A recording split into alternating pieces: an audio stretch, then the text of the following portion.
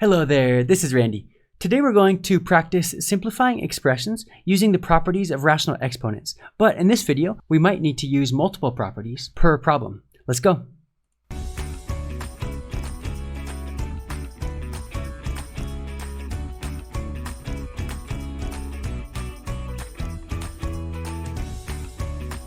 So right here, you can see the 4 properties that we recently learned in a previous video. If you want to refer back to these, you can always look at your visual reference guide as you're watching this video or doing the assignment.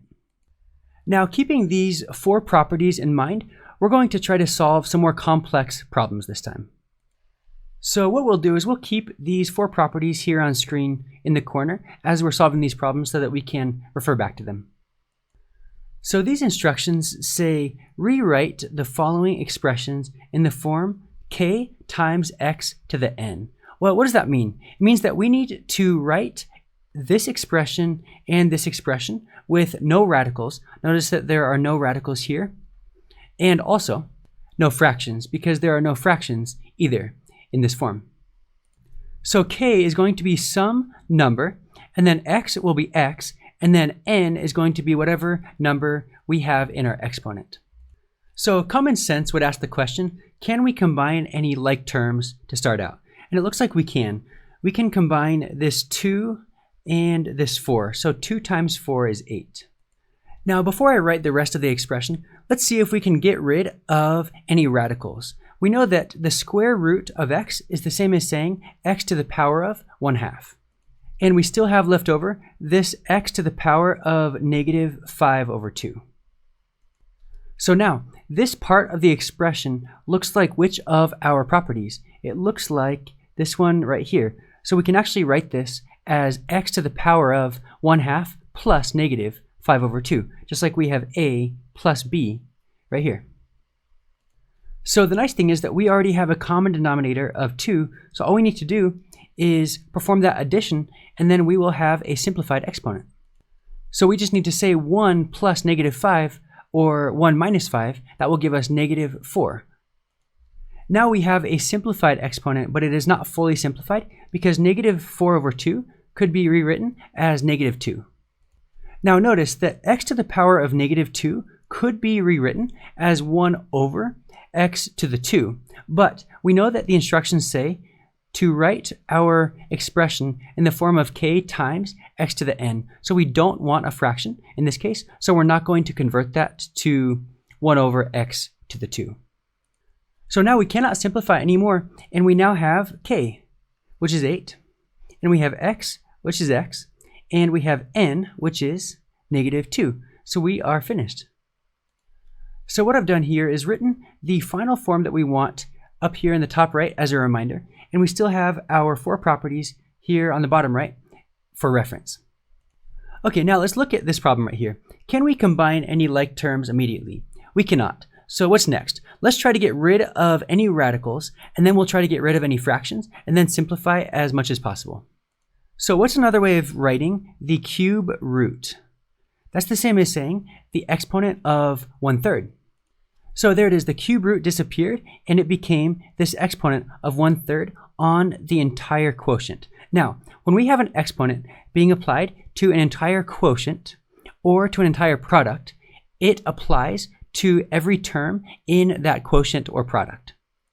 So we need to apply the exponent of 1/3 to x squared and to x to the power of 4/5. In the same way, hypothetically, if we had this expression right down here, the 1/3 would apply to this x squared and this x to the 4/5. But in this case, we have a quotient, not a product. So let's rewrite this part of the expression with the exponent of 1/3 on this term and on this term separately.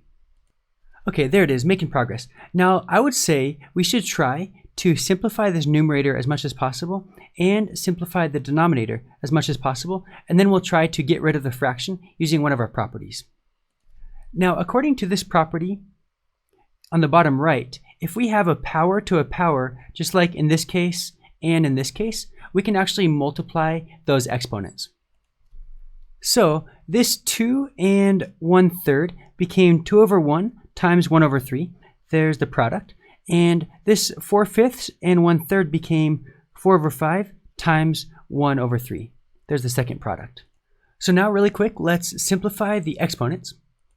So our 2/1 times 1/3 gave us 2/3, right? 2 times 1 is 2, and 1 times 3 is 3. And now let's look at the denominator. So 4 times 1 gave us 4, and 5 times 3 gave us 15. So we have 4/15 as that exponent. Okay, we're getting close. Now, according to this property right here, we can rewrite the expression with the exponents being 2/3 minus 4/15. Because the 2/3 corresponds to this a right here, and the 4/15 corresponds to this b right here. So our common denominator here will be 15. So when we convert 2/3 to a fraction with a denominator of 15, that will give us 10/15. So there it is, 10/15. So what is 10 minus 4? That will give us 6. So our new exponent is 6/15.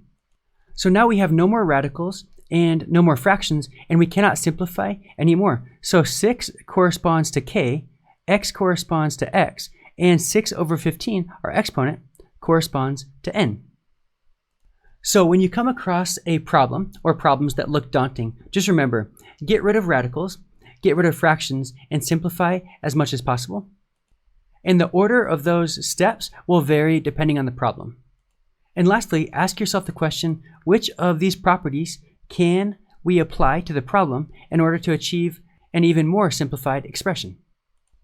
And with that, we are finished. See you next time.